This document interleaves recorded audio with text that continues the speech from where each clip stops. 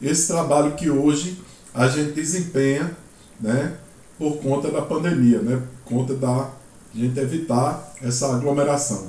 No pronunciamento hoje do governador, ele falou que as atividades econômicas vão fechar de 5 horas da tarde, né, a partir de sexta-feira.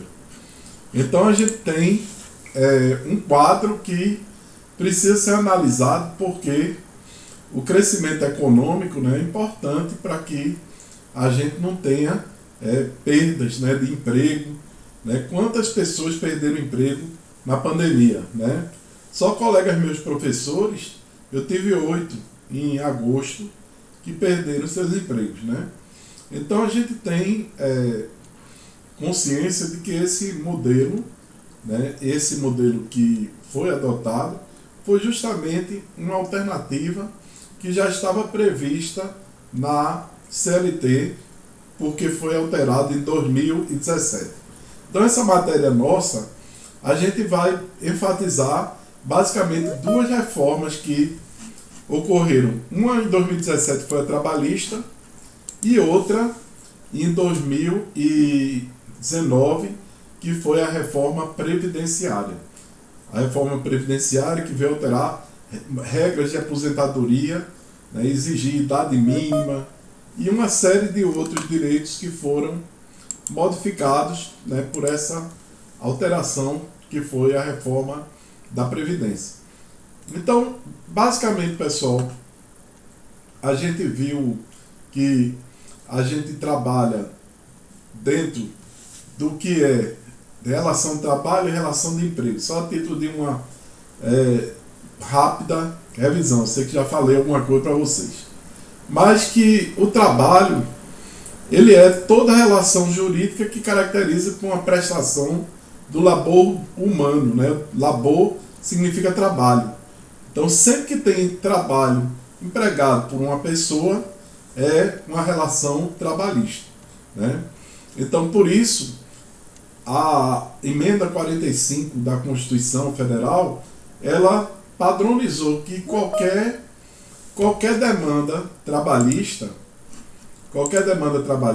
ela seria apreciada, independente do vínculo de emprego ou vínculo de trabalho, seria apreciado pela Justiça do Trabalho, que é a justiça especializada nessa matéria. Então vejam só, quando a gente vê que tudo está centrado no labor humano, a gente vai observar a questão dos tipos de trabalho que essa pessoa humana faz. Né? Falamos do trabalhador avulso. Né? O avulso é aqueles que trabalham por intermediação, né, de um órgão gestor de mão de obra ou sindicato, né, por curto período de tempo, né, só exemplificando aquele navio que chega, vai ser descarregado, né, a gente chama aquele pessoal de estivador. Você for pesquisar o salário do estivador, média, é 7 mil, 8 mil reais. Né? Tem um cargo também que é considerado avulso, que é o cara que vai estacionar o navio. Né? As pessoas que chegam com o navio de fora, chegam até determinado ponto, e o prático é como se fosse um manobrista de navio. Esse prático é uma pessoa totalmente com experiência, né, para poder estacionar, esse navio no porto, com segurança. Então, o avulso, para vocês terem uma ideia, o prático ele tem uma remuneração de mais de 120 mil reais. No caso, professor, o trabalhador avulso é o autônomo. Não. O avulso, ele se chama avulso porque ele presta serviço a diversas empresas. Entendeu? Aí essas diversas empresas, mas ele é intermediado por um órgão gestor de mão de obra. Você passar no Porto do Recife, aí tem lá órgão gestor de mão de obra. O que é que esse pessoal faz? Ele funciona como se fosse a empresa. Ele paga os salários dessas pessoas, ele dá as férias dessas pessoas. Então, o avulso, para a legislação trabalhista, ele tem os direitos equiparados a um empregado normal. Porque o autônomo é o seguinte, para diferenciar para você. O autônomo, eu presto serviço a quem eu quero e quando eu quero. No caso aí, o avulso tem hora de expediente, tem férias, tem a subordinação. Então, por isso que ele não é considerado autônomo. Ele é avulso, que é a nomenclatura que a gente usa, né? Então aí, como vocês estão numa área perto de Suape, que é uma área portuária, deve ter muitos avulsos trabalhando aí, né, em alguma empresa dessa que tem também o órgão gestor de mão de obra que faz esse papel. E no interior, a gente tem o pessoal que trabalha na safra e até intermediado pelos sindicatos. Então tem a fazenda de João, a fazenda de Pedro e a fazenda de Ernesto. Todas elas vão precisar de mão de obra. Quem é que vai intermediar essa mão de obra? O sindicato desses trabalhadores de cana-de-açúcar, né? Então eles vão trabalhar curto espaço de tempo, né? Porque eu não vou ter ele como empregado daquele navio que vem da Inglaterra, ou um navio que vem inglês ou do Japão, etc. Então ele tem os mesmos direitos que um trabalhador normal, e a empresa que ele trabalha é considerada o órgão gestor de mão de obra. Ele se equipara até uma empresa, né? Então por isso que a gente tem esse aspecto aí na questão do trabalhador avulso, né? A gente pensa que avulso é aquele cara sem vínculo, não sei o que, não, mas ele tem, olha, mesmos direitos dos empregados permanentes, garantia dada pelo artigo 7º da Constituição. Então a Constituição equiparou esses trabalhadores avulsos, né, nesse caso, para ter esses direitos igual aos trabalhadores comuns, empregados comuns. Então, engraçado que esse semestre ele criou agora esse negócio do lobby, né? Antes vocês entravam automáticos, aí agora eu tenho que ficar colocando vocês para dentro. Aí eu não sei se foi alguma exigência ou está acontecendo isso só comigo ou com todas as cadeiras, né? Eu não sei pra que isso, né, professor? Porque fica atrapalhando o desenvolvimento da aula. Aí fica sempre alguém chamando aqui e a gente atrapalhando, é verdade. Deve ter uma maneira prática de entrar. Depois eu vou perguntar ao professor Leonardo, que ele é especialista nesse aplicativo aí. Então, pessoal, também temos a questão do trabalho do estagiário, né? Todos vocês estão estudando no curso superior, têm opção de fazer estágios, tanto estágio curricular como estágio oferecido por empresas, né? O estágio já é uma questão voltada para o aprendizado, tem uma lei própria, né? Então, o estágio, como diz aí, é um ato educativo escolar supervisionado. Então, dentro da empresa onde vocês vão trabalhar, existe uma figura chamada supervisor. Esse supervisor é que vai ficar fiscalizando esse ambiente de trabalho. Vocês vão trabalhar dentro das áreas que vocês têm afinidade, né? Digamos, vocês são da área de gestão de pessoas, por exemplo. Aí vão fazer um estágio num RH ou numa área de saúde do trabalhador, alguma coisa desse tipo. Mas tem que ter a supervisão de um profissional da área. Não pode um departamento todo ser feito por estagiário. Já aconteceu isso. Tinha uma agência de carro chamada América Ford, né? Ficava ali na encruzilhada. Eu me lembro que eu fui comprar um carro lá e o vendedor era um ex-aluno meu, né? Ele era ex-aluno, mas ele ainda estava estudando, era estagiário. O cara que entrega também era aluno da faculdade, né? E as meninas que vendiam os acessórios, que depois vêm para oferecer friso, não sei o quê, então eram também da faculdade.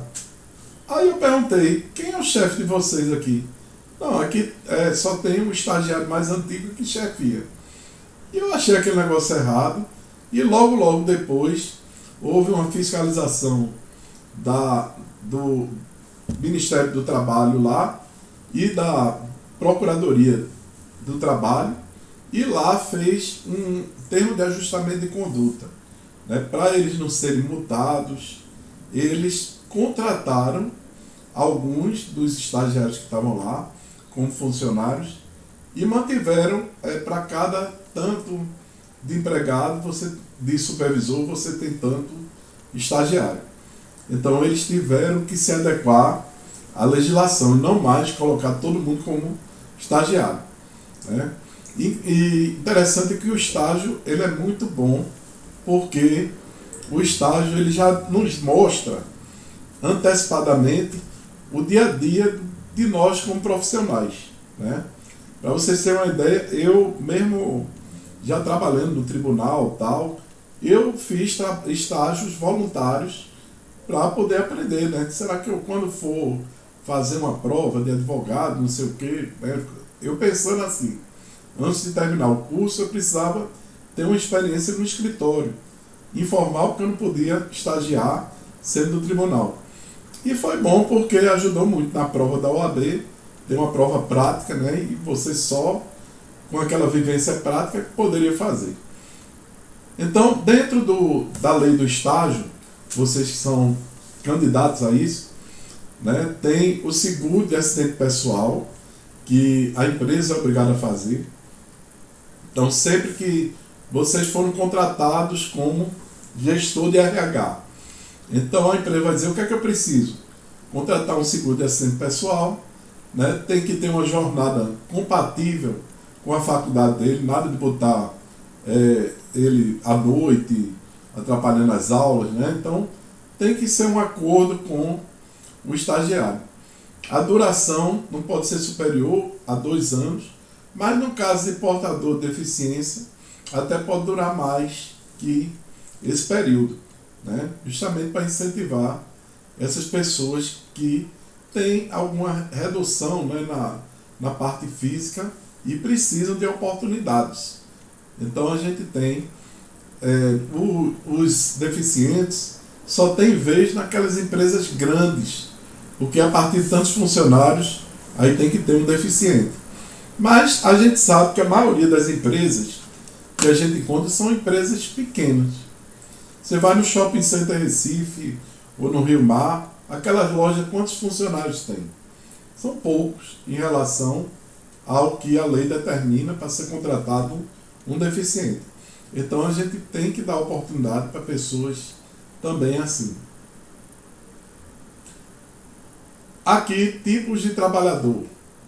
Né? A gente tem obrigatória concessão de auxílio transporte, né? Vedado o seu desconto, né? Para o caso estagiário, né? Então o estagiário ele recebe auxílio transporte, mas não desconta. Um empregado comum, ele desconta. Então, se for um empregado que ganha bem, não vale a pena o desconto. Né? Então, a gente tem essa opção de descontar, mas com pessoas que são empregados. Né? Porque se também conceder transporte, saúde, também não se considera vínculo de emprego. Né? Um plus a mais que você pode dar para aquele estagiário. Né? Então, você tem um plano de saúde, né? Um vale alimentação. Então, é uma coisa importante, é um incentivo que você dá a mais para aquela pessoa que está colaborando com vocês. No caso do estagiário, ele não tem férias, não se chama férias, chama recesso de 30 dias, né, para estágios iguais ou superiores a 1 ano, direito de segurança e saúde do trabalhador. Então, sempre expor em condições condignas, né, que essas pessoas tenham essa questão da oportunidade de trabalhar num lugar salubre, sadio. Né? Então, é importante que a gente tenha essas questões definidas dentro da empresa. Então, a gente tem aqui, aí eu vou falar para vocês, né, quando eu coloco aqui no Google, vou colocar aqui CLT. Essa é a legislação trabalhista.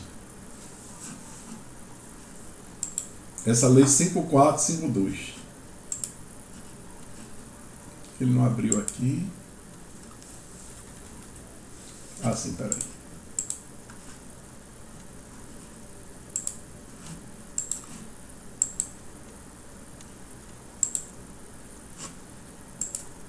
Deixa eu abrir nesse aqui.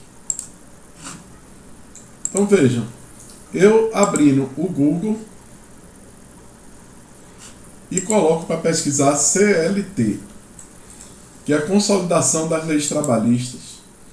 Essa lei, vou colocar aqui numa letra maiorzinha para a gente ver, mas essa lei, ela tem por objetivo,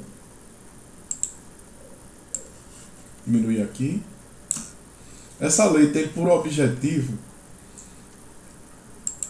trabalhar com os direitos do trabalhador, né? Esses direitos que são importantes. Então, quando vocês abrirem uma lei, né, a CLT, né, principalmente desse site aqui da Presidência da República, a gente tem aqui uma opção texto compilado.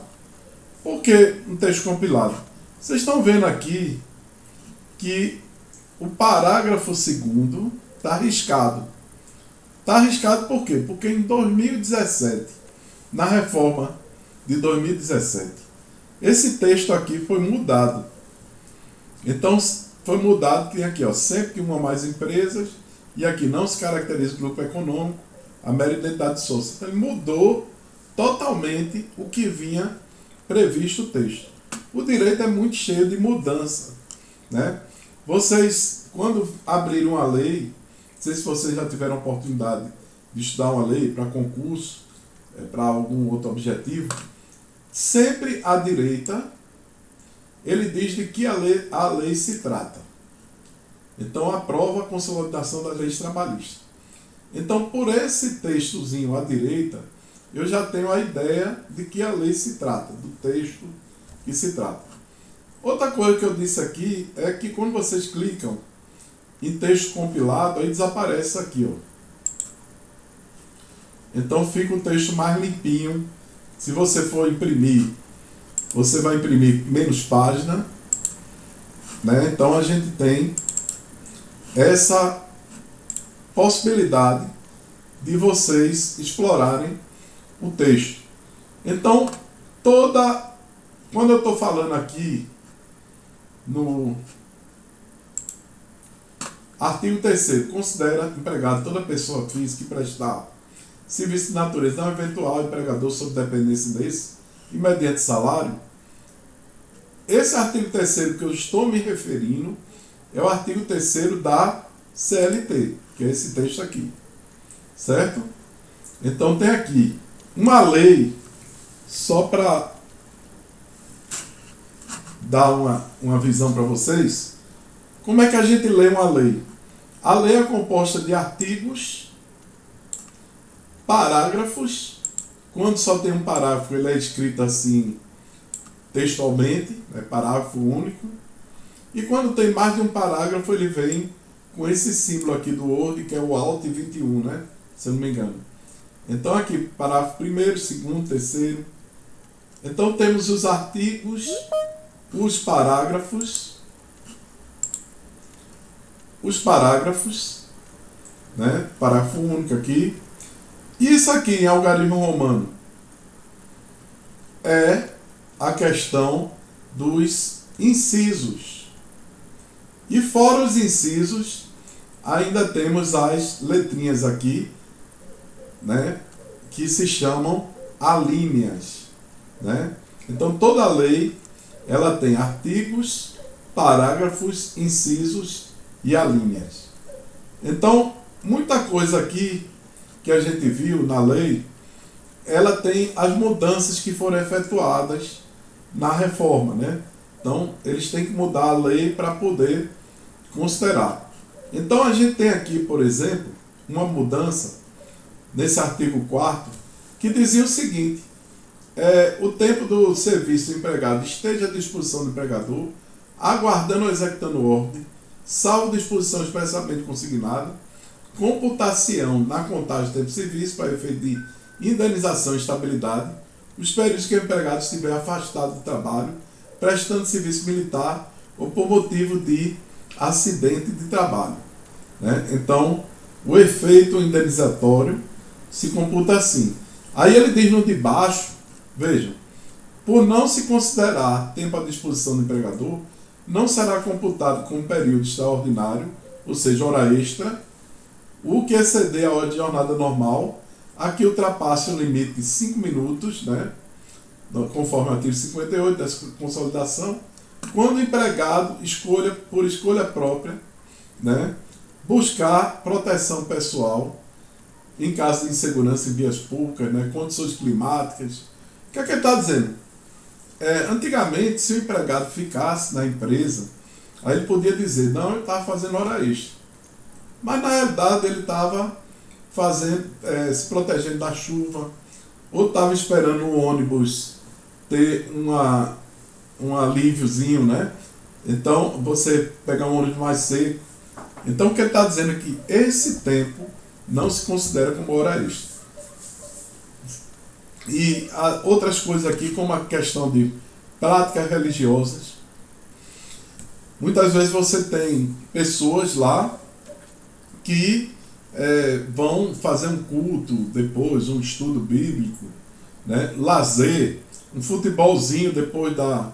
Então o que ele está dizendo é tudo isso aí não se considera como a hora extra. Então essa CLT, pessoal, é um livro, né, de bolso, para que quando a gente trabalha com essa parte de RH, de direitos trabalhistas, a gente tem que ter, porque a gente não pode extrapolar, porque são direitos mínimos. Às vezes tem coisa aí na CLT que a hora extra é 50%, mas teve uma greve, e que nessa greve ficou acertado na convenção, né, que a hora extra seria 60%. Então sempre se aplica aquela norma que é mais favorável.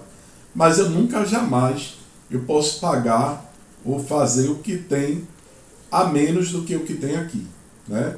Então isso aí, para vocês, tem que ter essa noção. Então essa é a CLT. A gente, quando fizer prova, eu vou cobrar que vocês escrevam, de acordo com a CLT, perguntas relacionadas a essa lei, né? Ele fala sobre a questão da carteira de trabalho, né? Então, essa carteira de trabalho que a gente tem, ela é uma carteira de trabalho e de previdência social, né? Porque um dos efeitos que a relação trabalhista dá é os direitos previdenciários, que a gente vai estudar para a segunda prova, né? Ela fala também da questão da emissão de carteira, a entrega, anotações. Hoje é tudo digital, né? A gente tem uma carteira digital. Aí temos reclamações por falta ou recusa de anotação na carteira, valor das anotações, livros de registro de empregado, como é que tem que ser, as penalidades, né? Tem que falsificação de carteira de trabalho, então tem as penalidades. Aí depois aqui passa por um capítulo sobre jornada de trabalho, que ele diz lá, jornada de trabalho, qualquer atividade, não pode exercer 8 horas diárias, desde que não seja fixada expressamente outro limite. Aí ele fala também da questão de não serão descontadas nem computadas horas extraordinárias, variações de horário de registro de ponto, não excedente a 5 minutos. Aqueles velhos 5 minutos, se a gente tivesse presencialmente, em algumas faculdades que eu trabalho, a gente fica para botar o dedo lá, para registrar o ponto, 5 para as 10 da noite, né, para não descontarem, né? Então essas variações para mais ou para menos de 5 minutos não se desconta nem paga mais para quem está. Então são coisas assim que na lei vocês vão descobrir, né? Quem vai fazer concurso, né, às vezes tem concurso para o TRT, e quando vai cair essa legislação trabalhista, geralmente as questões elas envolvem artigos daqui, texto da própria lei. Então não é uma coisa assim difícil, né, porque basta a gente ter uma compreensão do que quais são os direitos, uma noção, e o que está escrito aqui também, a gente também ter um norte para responder uma questão. Então essa lei, ela tem, deixa eu mostrar aqui a data dela, a assinatura eu acho que está em cima.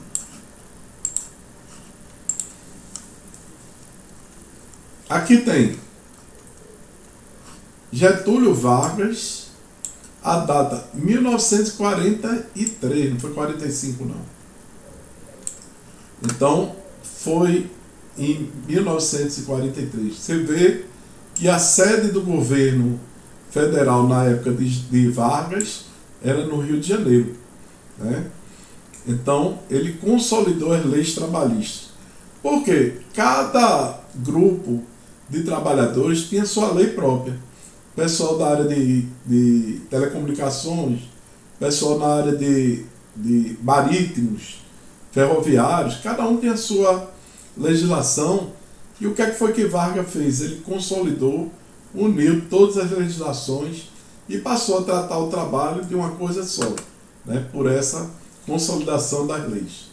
Então a gente tem esse decreto-lei de 1943, né? E esse decreto ainda hoje está em vigor, com algumas alterações, principalmente as que foram introduzidas em 2017, né? Há 4 anos atrás. Então, quando a gente vai fazer, às vezes, na aula, atividades práticas, em que eu vou mostrar aqui, em que a gente vai tentar resolver alguns problemas, algumas questões que eu vou passar. Então, essa é a CLT. Então, vejam só. Aqui no material, disponibilizei para vocês, está aí. Quiser baixar, estiver vendo também pequeno no celular, pode baixar lá. E tem aqui o artigo 3º, que diz assim: considera-se empregado toda pessoa física que prestar serviços de natureza não eventual a empregador sob dependência deste e mediante salário. Então tem que ser uma pessoa física, não pode ser uma pessoa jurídica. A natureza não pode ser eventual, tem que ser uma coisa que seja uma atividade diária. A empregador sob a dependência desse e mediante salário. Então, essa é uma característica.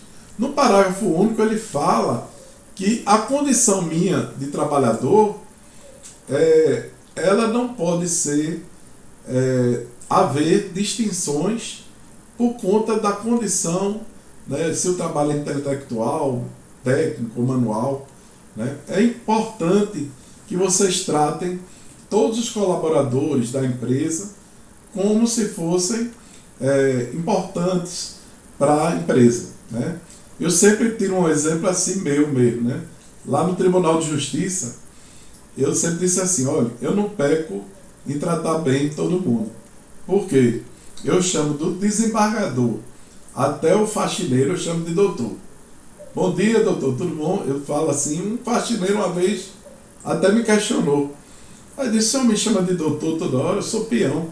Eu disse: não, seu trabalho também é importante aqui, porque você dá condições, né, de salubres para a gente trabalhar bem, né? E a gente só tem a agradecer a vocês pelo seu trabalho. O seu trabalho é tão importante quanto o nosso, né? Então é sempre bom a gente tratar bem todo mundo, né? Até porque existem situações que a gente vai estudar a questão do assédio moral, né? O que é o assédio moral no ambiente de trabalho? O assédio sexual. Muitas vezes só porque a funcionária é uma mulher, né? Então acontece muito nas empresas em que adotam práticas desse tipo que está errado e contra a legislação. E cabe uma reparação de danos perante a justiça. Então a gente tem que saber tratar todas as pessoas importantes nesse processo de desenvolvimento dessa empresa e para todos, como um meio de convivência também bem adequado, tanto do ponto de vista ambiental, do meio ambiente do trabalho, quanto do ponto de vista humano, né? A gente saber tratar as pessoas. Então é importante a gente não se vangloriar porque exerce um cargo importante, né? Uma coisa é você se impor, você ter o respeito do seu cargo, mas a outra, completamente diferente, é você tratar bem.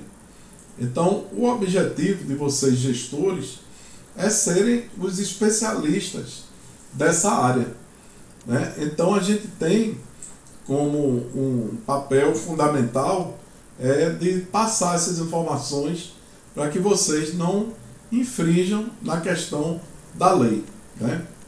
Então, é importante a gente ver essa questão, que não se distingue trabalho realizado também em estabelecimento do empregador, o executado em domicílio realizado à distância, desde que estejam caracterizados aqueles pressupostos da relação de emprego, né? Não sendo eventual, sob a dependência do empregador, né? Então, prestado por pessoa física. Então, tudo isso aí é importante para a gente determinar. Muitas pessoas estão trabalhando no domicílio, muitos estão trabalhando à distância, né? Para vocês terem uma ideia, teve gente que trabalha conosco lá no tribunal e estão trabalhando no Canadá, em Portugal, né, na Alemanha, através do teletrabalho. Porque os sistemas hoje eles são eletrônicos. Então não precisa você estar lá no tribunal para poder trabalhar, porque as mesmas coisas que você teria lá, você vai ter em casa, que é a tela do computador me mostrar o processo, né, processo virtual. E aqui, pessoal, a inovação dessa reforma trabalhista que ocorreu em 2017. Então, no artigo 75A, né, você pode ver aqui na própria CLT, vamos para o artigo 75, só para confirmar, que tem aqui, ó, 75A, do teletrabalho. Então, ele fala aqui do teletrabalho. O teletrabalho, né, é a prestação de serviço pelo empregado em regime de teletrabalho, observará disposto nesse capítulo. Considera-se teletrabalho a prestação de serviço preponderantemente fora das dependências do empregador, com utilização de tecnologia de informação e de comunicação que, por sua natureza, não constitua como trabalho externo. Então, o que a CLT disse? Olha, eu não acabei com o trabalho externo. Trabalho externo, eu posso ter um vendedor externo que vai vender os produtos que eu tenho. Se eu tenho um gerador, aí eu vou visitar todos os hotéis que tem aí no Cabo. Então eu vou visitando para saber se tem gerador. Então o vendedor externo é diferente do teletrabalhador. O teletrabalhador é aquele que utiliza os meios de tecnologia da informação para desempenhar suas atividades, né? E aqui diz 75C, diz os serviços na modalidade de teletrabalho deverá constar expressamente em contrato individual de trabalho que especificará as atividades que serão realizadas pelo empregado. Então, vai ter em casa, você empregado, vai receber o arquivo, vai receber, sei lá, um sistema em que você vai alimentar ele e vai trabalhar em cima dele, mas que à distância, você não precisa estar aqui na minha loja, né? Então, na loja só poucas pessoas, principalmente nesse período agora de pandemia, que a gente tem que restringir a questão da aglomeração, né? A gente só tem, infelizmente hoje, caracterizado a aglomeração na questão dos transportes públicos. Os ônibus continuam cheios, né? Continuam com propensa possibilidade de transmissão do coronavírus. Então, hoje em dia, a gente também teria que ter uma atenção especial ao transporte público. né? Então nem todo mundo consegue trabalhar em casa por teletrabalho, né? Primeiro, por teletrabalho você tem que manusear ferramentas de tecnologia da informação. Então nem todo trabalho você desempenha dessa forma, né? Então não pode se caracterizar um teletrabalho uma pessoa que trabalha como vigia, a não ser que ele passe a vigiar com as câmeras de casa, aí vai por um sistema fazer. Mas os povos dos vigias estão lá, nessas áreas, né? Então tem pessoas que não tiveram chance nenhuma de teletrabalho, como o pessoal que trabalha em farmácia, o pessoal que trabalha em hospitais, enfermeiros, né? Então Produção também, né, professor? Produção. Então por isso que algumas atividades não têm condição de ser prestada por teletrabalho. Mas outras sim, essa que a gente faz de professor, pode ser teletrabalho? Com certeza, né? Apesar da gente não ter a mesma interação como se estivesse em sala de aula, né, que eu poderia questionar, ver os olhares de vocês se estão entendendo ou não, né? Mas a gente está aqui tentando, nessas metodologias ativas que eles estão chamando, né, a gente tentar substituir, que eu acho impossível você substituir um professor presencial, mas que é uma realidade que a gente tem que enfrentar para essa contenção, né? Porque nem os professores têm prioridade para vacinação. Imagina os alunos, né? Todo mundo. Então a gente não pode chegar e fazer com que esse ambiente se torne um local de proliferação da pandemia, né? Então, por exemplo, lá na Europa, os lugares onde começou aulas, esse negócio, proliferou ligeiro a doença. Também lá tem os fatores climáticos, né, que é muito frio, e dentro do frio a tendência é a gente se aglomerar, né, ficar muita gente junta, então vai terminar pegando por isso. E aqui não, aqui é calor, a gente se afasta, né, das pessoas para não sentir muito calor. Mas vejam só, voltando ainda aqui, a própria legislação, quando a gente quiser saber alguma coisa, a gente vai buscar nessa lei aqui. E se o empregado dizer, na minha convenção coletiva diz que o vale-refeição tem que ser R$ 1.300. Então, hipótese. Aqui na CLT você não vai achar valor de vale-refeição. Mas foi criado numa convenção onde as partes acordaram em dar esse benefício. Então você vai ler o que foi decidido nessa convenção, né? É um papel importante porque, digamos que você trabalha numa empresa que tenha vigilante, tenha várias categorias profissionais e de sindicatos diferentes e que você tem que estudar um bocado de norma, né? Porque para uns vai ter isso, para outros vai ter isso, e etc. Mas a CLT são direitos básicos. É como se aquilo ali fosse a base do direito de trabalho. Então a gente cumprir o que está aqui no mínimo, né? E a condição mais benéfica para o trabalhador que está desempenhando suas funções. Então tem aqui, considera a prestação dentro das dependências com utilização de tecnologia da informação e não se constitui um trabalho externo. Outra coisa, né? Eu tenho aqui um anúncio, né? Eu não sei se tem alguma, deixa eu ver até, que mandaram para mim, vou até ver se tem vaga para vocês disputem de estágio.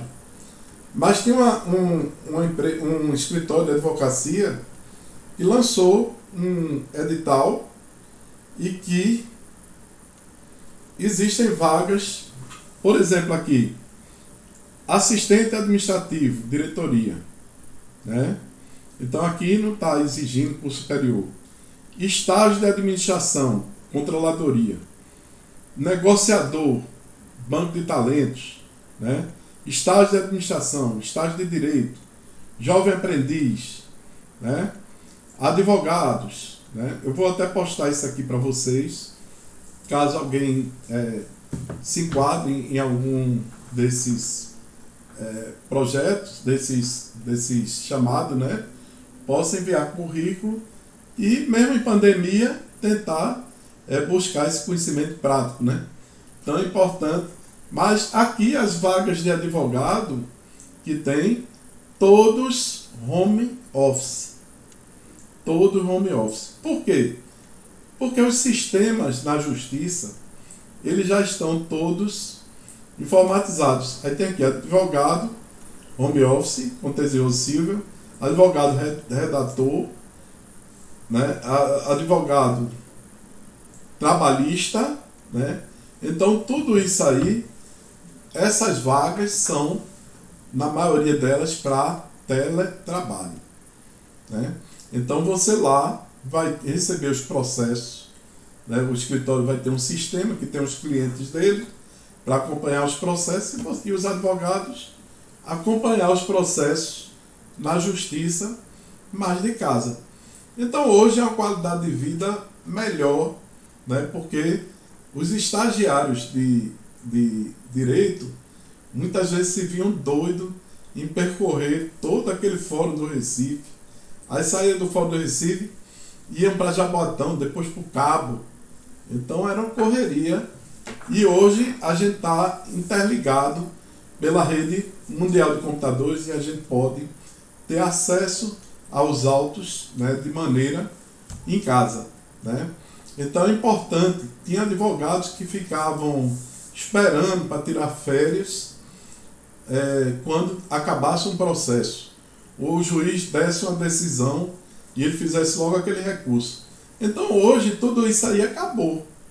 Eu posso viajar e de lá basta ter a rede mundial de computadores, levar o meu notebook, já que está tudo configurado, e fazer o meu trabalho fora, não evitar essa surpresa. Então, a qualidade de vida, né, inclusive eu, numa live que eu estava falando, das profissões jurídicas daqui para o futuro, a gente vai ter mais qualidade de vida porque vai integrar pessoas com robôs, né, com inteligência artificial. Então a gente vai ter uma associação disso aí e só nos vai sobrar trabalhos intelectuais. Então aquele trabalho braçal, aquele cara era muito bom no trabalho braçal. Hoje pode ser que se você não se capacitar, se atualizar, você vai ser passado para trás. Então é importante que a gente sempre fique estudando, né? Desde que eu fiz direito, eu nunca parei de estudar. O primeiro curso que eu fiz superior, eu não estudei mais nada depois. Mas o curso de direito você tem que estar sempre estudando. Então aqui, até porque a lei muda, né? Como vocês viram. Então aqui o artigo 75C, a prestação de serviço na modalidade de trabalho deverá constar no contrato individual de trabalho que especificará as atividades. Poderá ser realizada alteração entre regime de presencial e teletrabalho, desde que haja consentimento das partes, né? Então é interessante que essa mudança também, como está aqui no parágrafo 2º, ela tem que ser num prazo de transição de 15 dias, pelo menos. Não é que você está lá na Europa e está desempenhando o seu teletrabalho. Aí chega, a partir de amanhã, tu é presencial. Aí pelo menos a lei assegura que você tem 15 dias para a transição de uma modalidade para outra. Então é importante que a lei trouxe muitas garantias também. Eu não digo que essa reforma trabalhista ela foi para pior para o trabalhador, né? Alguns direitos ele cortou, mas também ele criou, aperfeiçoou alguns outros, né? Então a gente paga assim para ver algumas melhorias também. Aqui no D diz assim, a questão da aquisição e manutenção, fornecimento de equipamentos, né, para ser o adequado trabalho remoto, né, deverão também estar previstas no contrato. Se ele vai pagar a internet, se ele vai fornecer notebook, né, se ele vai fornecer scanner, né, então tudo isso aí vai ter que constar por escrito nesse contrato de trabalho, né? Então hoje as vagas de trabalho muitas são home office, né? Coisas que eu não preciso ter computadores aqui, contratar alguém que fique no Instagram da empresa, oferecendo produtos, atendendo os pedidos. Então tem gente que é contratado para mexer no Instagram, né? Então tem trabalho mais fácil que esse? Não, mas é um trabalho profissional. Tem gente que usa o Instagram para publicar coisas assim pessoais, como eu, mas tem gente que usa o Instagram profissional. Né? Tem uma empresa que tem produtos importados, uma empresa que vende, que fornece alimentos, que presta algum tipo de serviço. Então esse é o uso profissional das redes sociais. Né? Então temos essa questão aí. Então aqui tem as utilidades mencionadas no caput não integram remuneração do empregado. Né? Então, se sempre, quando você trabalhou, digamos, aqui eu sei que um salário fixo de um advogado é mais ou menos de 2.500 a 3.000 reais, desse home office. Os advogados, para o advogado é pouco, porque tem muito serviço, mas, diante da situação que a gente tem hoje, né, que está tudo parado e está andando assim nesses sistemas, né, então eu acho importante que a pessoa tenha pelo menos uma rendazinha para poder se manter nesse período. Né? Mas vejam só, eu recebo, digamos, 2.500, mas digamos que meu contrato diga, olha, você vai ter 200 para pagar a internet, uma banda larga que você tenha, eu vou te dar um dinheiro para o equipamento, então tudo aquilo ali somado não vai ser 2.500, digamos, vai ser 5. O que ele está dizendo aqui, essas utilidades que são dadas para o desempenho de um teletrabalho, ele não integra a remuneração. O salário dele vai ser 2.500, a indenização vai ser em cima de 2.500. Né? Então, funciona dessa forma. Aqui também, o empregado deverá assinar termo de responsabilidade comprometendo a seguir as instruções fornecidas do empregador. Isso é importante, porque com isso aí também já caracteriza a questão da subordinação. Eu estou trabalhando teletrabalho, mas eu estou subordinado às vontades do meu empregador. Então isso aí é importante vocês saberem dessa reforma de 2017, foi um ponto que avançou muito. A gente tinha o trabalho externo, vendedor externo. A gente tinha o trabalho em domicílio. Basta você ver aquelas costureiras de Santa Cruz de Capibaribe. Então aquelas confecções muitas vezes contratam costureiras que já têm máquina em casa. Então se eu tenho um filho pequeno, em lugar de eu pagar uma pessoa para tomar conta do meu filho, eu trabalho em casa.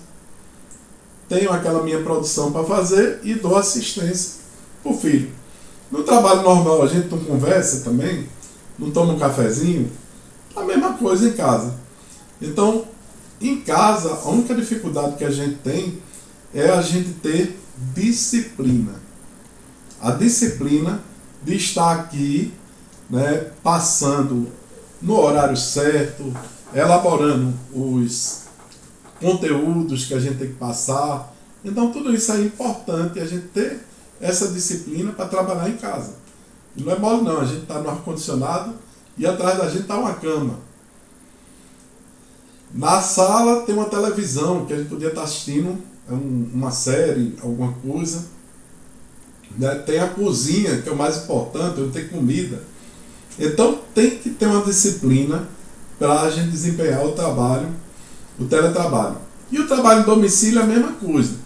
Né? A diferença do teletrabalho para o trabalho em domicílio é que o teletrabalho não quer dizer que você vai desempenhar de casa. Você pode estar no hotel, pode estar no exterior e estar desempenhando o teletrabalho. Né? Eu estava falando com uma amiga minha que é advogada que trabalha home office e ela disse, não, eu posso ir para qualquer hotel, levo meu notebook e lá eu faço os meus processos e cumpro os meus prazos, pronto. Então, é a disciplina que a gente tem para desempenhar essa nova modalidade de trabalho, né, que exige mais tarefas do que você desempenhar uma rotina. Né? Mas é importante que a gente tenha essa disciplina em casa para tentar manter. Mas aqui a gente tem outra categoria de empregado, que é o empregado doméstico. O que é o empregado doméstico? Né? A gente pensa que empregado doméstico é só aquele pessoal que faz comida e faxina. Não é não. O caseiro pode ser empregado doméstico, o vigia, um motorista particular, todos eles são caracterizados como doméstico. Né? Agora, a gente diz aqui que o empregado doméstico é aquele que exerce natureza contínua e exige aqui a continuidade do serviço mais de 2 dias semanais e mais de 4 horas diárias. O que é que ele está dizendo? Se eu tenho uma pessoa que vai até 2 dias por semana fazer uma atividade, uma faxina na minha casa, eu não tenho a obrigação de assinar a carteira dele como empregado. Ele pode, sim, pagar seu INSS como autônomo, como a colega falou. Então, o faxineiro, ele ganha, digamos, R$100 de cada casa que ele vai toda semana. Então, ele está ganhando R$500 por semana e no final ganha, digamos, R$2.000 trabalhando os 5 dias. Né? Mas só que ele ganhou R$2.000. Para ele ter esse tempo que ele está trabalhando por conta própria, ele vai ter que recolher como contribuinte individual, autônomo, para poder ter direito a uma aposentadoria, né, maior que o salário mínimo, né, já que ele vai ganhar 2.000. Né? Então, toda atividade ela tem esse intuito. Se for um autônomo, ele pode ganhar dinheiro por conta própria. Né? E diz, mas eu trabalho durante o dia. Mas tem gente que faz faxina só à noite, que é o horário que ela está em casa. Ela não confia deixar uma empregada na casa dela. Então essa pessoa diz, eu já ganho R$100 de manhã, eu vou ganhar de noite agora. Ela trabalha o dia e a noite. Quando chegar, ela vai ter quanto? Em vez de 2.000, 4.000. Né? Então, R$4.000 para uma pessoa que não precisou estudar, né, já é um bom incentivo aí para o trabalho. E eu gosto muito de falar do povo americano também, porque lá existem certas atividades que o americano ele não faz, porque ele se considera capaz, né, considera capacitado, né, e ele não vai desempenhar qualquer papel. Então, por exemplo, um papel de babá de criança ele não faz, de limpar o chão. Então são coisas que, por exemplo, no Canadá, um amigo meu, ele foi para trabalhar com pintura de parede. E se deu muito bem nessa parte, né? E ele hoje já tem a sua própria empresa de reforma, ele leva a gente do Brasil para lá. Mas é interessante que, nesse aspecto, você, americano, as pessoas que trabalham nesse país, mesmo brasileiro, são funções que os brasileiros têm vergonha de desempenhar aqui também. Só que lá eles vão ganhar numa moeda que está mais valorizada, né? Então, lá nos Estados Unidos também não tem muita questão de diferença salarial. Para vocês terem uma ideia, um policial, um promotor e um juiz, os salários não são tão diferentes. Né? Eu tive a oportunidade de ir no intercâmbio em 2009 com o Tribunal de Justiça e lá até uma juíza perguntou quanto um juiz ganhava. E ela calculou assim, grosseiramente, que o juiz daqui de Pernambuco ganhava mais que o juiz americano. Por incrível que pareça. Na época, né, que estava aquele dólar em 2009. Hoje eu não sei. Mas a gente tem essa importância de lá, da pessoa ser vocacionado para trabalhar naquilo que ele gosta. E aqui não, aqui a gente, vez por outra, a gente é obrigado a fazer coisas que não são do que eu queria, né? Eu estou precisando de dinheiro, não está entrando, eu conheço vários advogados que estão fazendo Uber. Né? O Uber é uma atividade que você está exercendo por conta própria, autônomo, e dá um percentual para o Uber por utilizar um aplicativo, que é 25% do que você gasta. Ele ganha livre, né? A Uber é 25% você gasta gasolina e nada, só por usar o programa. Então, tem muitas atividades que o brasileiro, ele sustenta, faz por conta da necessidade. Então, a gente tem que sempre estar com o pé na frente, a gente saber essa questão dessas atividades que vão mudar, né, no futuro, né, como é que vão... A gente está se capacitando para que a gente não fique para trás, né? Muita gente ficou para trás. Eu vou dar um exemplo assim. Muita gente era técnico em contabilidade. Aí o técnico não tem o mesmo direito que o nível superior e tal. Depois não existe mais técnico. Hoje só tem curso superior. Né? O técnico que tinha anterior, ele tinha uma atuação muito limitada. Hoje tem mais atuação as pessoas que têm curso superior. Né? Então é importante a gente estar sempre se aperfeiçoando. Então, nesse empregado doméstico, né, ele tem que caracterizar mais de 2 dias por semana. Isso aqui no caso do empregado doméstico. Mas você chega para mim e diz, ó, professor, tem um porteiro de uma boate que funciona só no domingo. Esse porteiro é empregado ou ele presta serviço só no domingo? Não pode prestar serviço no domingo, porque ele lá está obedecendo ordem, é todo domingo, né? Então é não eventual, né? Você está todo domingo lá, e você mesmo é que está por contar a sua pessoa fazendo. Você não manda seu irmão, não manda ninguém no seu lugar. Então, mesmo com um dia, pode ser caracterizado o vínculo de trabalho, de emprego, né? E nesse caso, do empregado doméstico, essa questão dos 2 dias por semana foi uma decisão num processo que estava na Justiça do Trabalho. Aí ele disse, não, só reconheço o vínculo se for mais de 2 vezes por semana.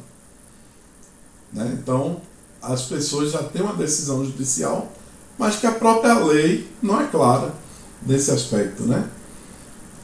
Então, vejam as características do empregado doméstico. Né? Então, a gente tem aqui natureza contínua e exige continuidade de mais de 2 dias por semana, serviços sem finalidade lucrativa ou sem fim comercial.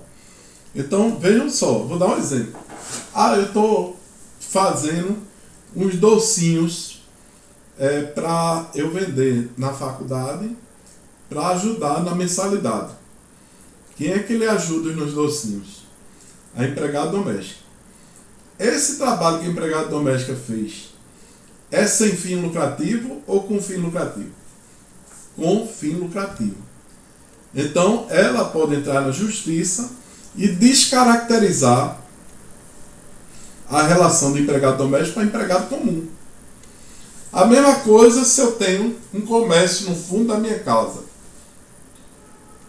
Eita, não tem ninguém lá, eu vou mandar Maria, que trabalha aqui comigo, ficar lá por enquanto, que eu vou descansar.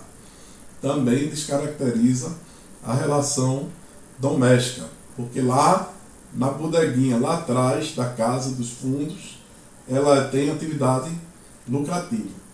O que fala de finalidade lucrativa é aquele empregado que chega, faz comida para o pessoal da família, né?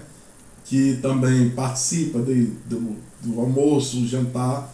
Então, tudo isso aí não é uma atividade lucrativa. Até festa de aniversário. Eu faço os docinhos para o meu aniversário. Isso aí pode, porque é para o âmbito da família. Agora, se for fazer docinho para vender, não vai se caracterizar como empregado doméstico. Prestar serviço à família. Então, veja a família. Não é eu que assinei carteira. É a família. Somente pessoa física pode empregar empregado doméstico. Pessoa jurídica, jamais. Então, eu não posso ter um empregado doméstico dentro da minha empresa. Né? Eu tenho porque as próprias CLT proíbem.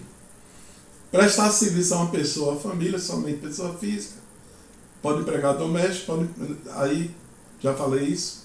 No âmbito residencial, lugar em que a família está. Né? Então você me pergunta, quem assinou a carteira da nossa secretária foi meu pai. Meu pai faleceu e agora acabou o contrato da empregada? Não. Ainda existe a família, ainda existe a prestação de serviço dela. Só quem assinou foi meu pai, que faleceu. A partir de agora, alteração de salário, quem vai fazer? Alguém da família. Então não precisa dar baixa na carteira para ser contratado por um membro de família. O empregado doméstico já tem essa característica de trabalhar com a família. Dos direitos do empregado doméstico, a gente tem a questão do auxílio pré-escola, salário família, seguro contra acidentes de trabalho, seguro contra desemprego, estabilidade da empregada gestante, entre outros benefícios, horas extras, né, porque muitas vezes a empregada ela dorme na casa e por ela dormir ela é exposta a altas jornadas de trabalho. Né? Então a gente tem esse aspecto aí na questão da empregada e esses benefícios, com uma hora extra, os direitos, ele tem a garantia há pouco tempo. Como também a questão do adicional noturno e o FGTS. O empregado doméstico não tinha. Todos os direitos que um empregado normal tem, o doméstico tem, não. Ainda existem alguns outros direitos que o empregado doméstico vai ter. Né? Na realidade, para mim, deveria ser igual, né? Porque é um trabalhador como qualquer outro. Mas é um trabalhador que trabalha para a família sem os fins lucrativos. Né? Aqui temos o empregado rural. Vejam só, a Constituição de 88 equiparou esse empregado rural em relação aos direitos trabalhistas com o empregado urbano. Então, para você ver como a Constituição anterior ou as legislações anteriores eram discriminatórias com trabalhadores. Né? Então, você tinha o empregado rural ganhava menos. Então, se tinha um salário mínimo para a área urbana, lá ele tinha menos de um salário. Então, era um absurdo você ter isso aí. E a gente sabe que o trabalhador rural, ele tem essa característica de você trabalhar no campo, não tem restaurantes. Você vê um trabalhador rural numa audiência para reconhecimento de aposentadoria, você vê às vezes pessoas com 50 anos já estão com aquele aspecto de 80, né? Tão bem velhos, gastados com a exposição do sol, né? As condições que eles ficam para trabalhar. Além do mais, porque a lei vai dar melhores direitos a esses bonitinhos que ficam no ar-condicionado? Não, tem que ser uma coisa igual, né? Então a gente tem que ter essa equiparação pela legislação. E só veio em 88 com a Constituição Cidadã nossa, que a gente tem atual. E aqui no artigo 2º diz: empregado rural é toda pessoa física que em propriedade rural, prédio rústico, presta serviço de natureza não eventual a empregador rural sob dependência deste mediante salário. A diferença para o outro é a questão de trabalhar num prédio rústico, o serviço é igual, mas tem que ser um empregador rural sob dependência de salário que é igual ao outro. Né? Então, é uma característica da gente ter a questão do trabalhador rural. Então é importante que a gente saiba também, de repente vocês não vão trabalhar aqui, vão trabalhar como gestores numa propriedade, numa fazenda, então vão saber que eles têm os mesmos direitos, né? Se bem que na área rural existe muito abuso por parte do pessoal proprietário, né? A gente tem um filme que eu sempre passo, que se chama, né, Apanhados por... Depois eu vou ver, eu vou passar esse filme ainda para vocês, né? Que o cara promete um salário X e aprisionado por uma promessa. Então você vai atrás daquele dinheiro, quando chega lá, você está devendo até o carro que foi levar na fazenda. Já chega devendo, né? Então é aquela condição triste, morar nos alojamentos insalubres, né? Sem tratamento nenhum. Então, no Brasil a gente ainda encontra esse tipo de pessoas, né? Um amigo meu que ele é auditor fiscal da Ministério do Trabalho, foi recebido a bala. E não foi aqui no Nordeste não, foi lá no Paraná, né? A gente pensa tudo atrasado aqui, mas lá ainda tem essa lei do cão aí. Então tem aqui o empregado rural, a propriedade rural é aquela localizada fora do perímetro urbano, né? E um prédio rústico que está localizado em perímetro urbano, mas exerce atividade agroeconômica. Aí eu vou dar um exemplo de um prédio urbano, mas que exerce uma atividade rural, que é a própria Universidade Federal Rural. Ela está dentro do perímetro urbano, né? E lá é Dois Irmãos, o bairro lá de Recife.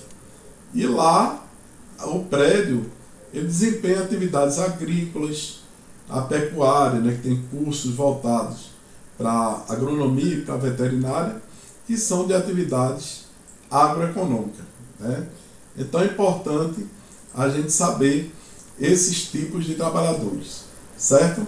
Pessoal, vou botar umas questõezinhas para vocês responderem no Forms, né, com prazo assim pequenos, só para avaliar esses conteúdos que a gente está passando aí.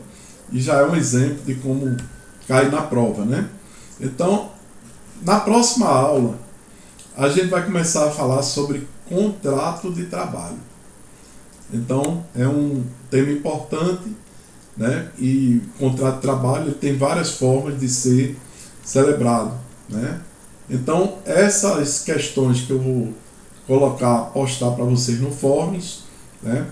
Vou encerrar a aula de vocês e postar lá para vocês fazerem e contar, né, com pontos de participação, né, para a prova, né? Nossa prova, se não me engano, vale pelo menos essa prova, a gente vai ter a nota, eu posso dar nota de participação. Se for colegiada a segunda, né, conseguir concretizar, aí eu não posso dar pontos para a prova colegiada, né? Ô professor, Oi.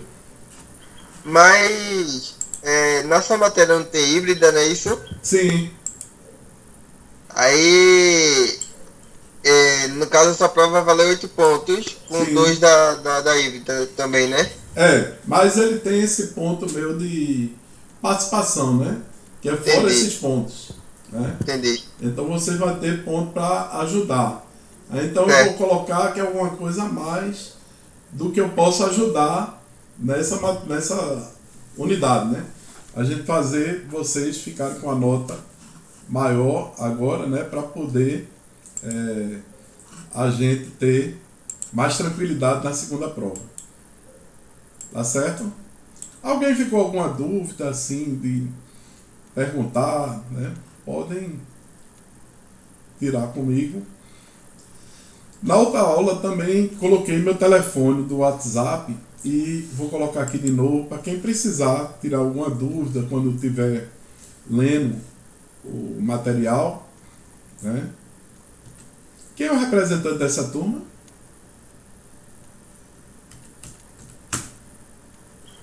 Jackson. Pronto, Jackson está aqui? É ele, professor, é Dom. É ele mesmo? Pronto. E Jackson.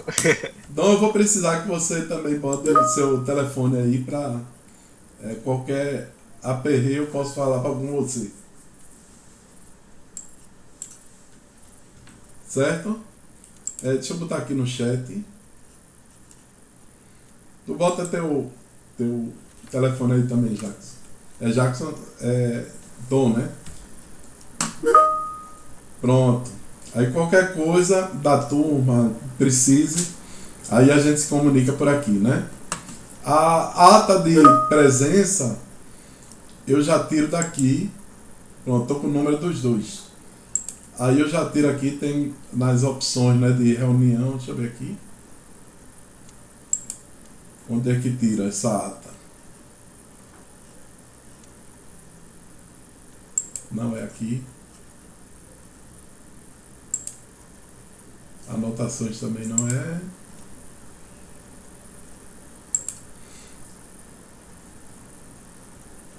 Cada faculdade é um aplicativo diferente, aí você fica doidinho. Todos eles tiram relatório.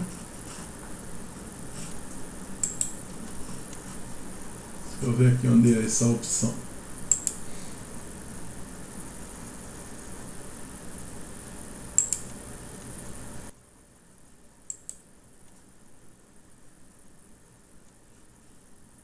Era para ser aqui, deixa eu ver aqui.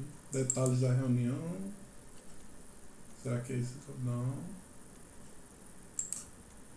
Deixa eu abrir tudo.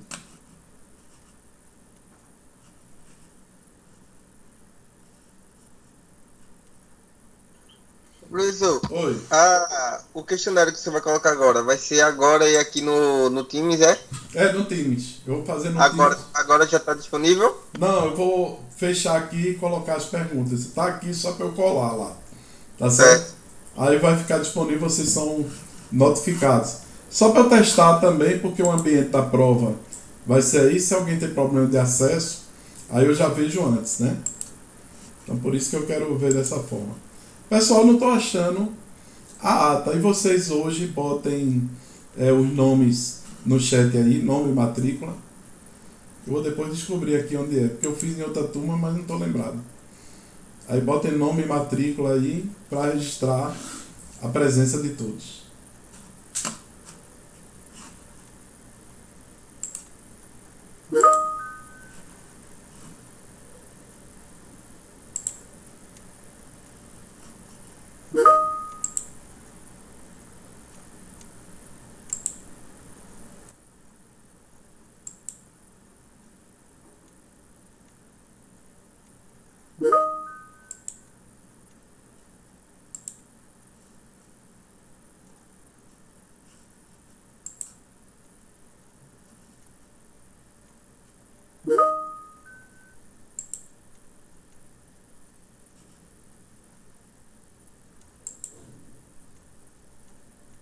Aqui, baixar a lista de presença, achei.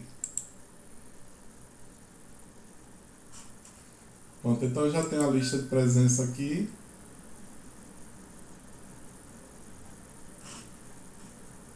Consegui achar, viu? Então, pronto, a gente encerra essa aula por hoje, para a gravação. E daqui a pouco eu vou colocar essas questões para vocês fazerem. Vão acessar aí no ambiente do Forms do Teams. Certo? Essa atividade é para a próxima aula, professor? Próxima aula, mas são perguntas bestas, assim. Só vou perguntar coisas para a gente revisar o que viu hoje. Vendo essa aula, responde as questões que tem aí. Né? São perguntas só para eu testar o Forms de vocês. E também pontuar a participação de quem está aqui, né? Ok. Então, boa noite a todos. E daqui a pouco vocês entram lá nos forms para ver essas questões que eu coloquei. Até para a semana. Boa semana para todos.